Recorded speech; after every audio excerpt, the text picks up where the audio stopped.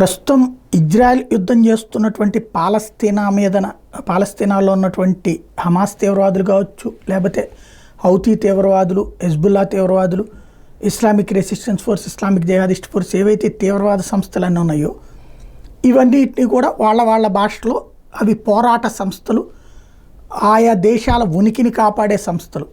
But ఆ దేశంలో ఉన్న ప్రభుత్వాలను కాదని ఆయుధాలతో పోరాడేటటువంటి వ్యవస్థలు. రెండు కూడా ముస్లిం సంస్థలే, దేశము ముస్లింలదే, అట్లాగే నడిపే సంస్థలు ముస్లిం సంస్థలే. యుద్ధం చేస్తుంది ఇజ్రాయెల్. అక్కడ వాళ్ళు కూడా యుద్ధం చేస్తున్నది యూదులతో అన్నటువంటి ఫీలింగ్తోనే ఉన్నారు.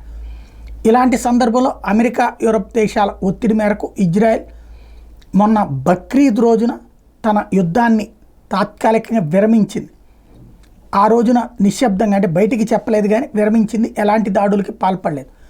బక్రీద్ అయిపోయిన మరుసటి రోజు ఉదయం నుంచి మళ్ళీ అటాక్స్ ప్రారంభించింది.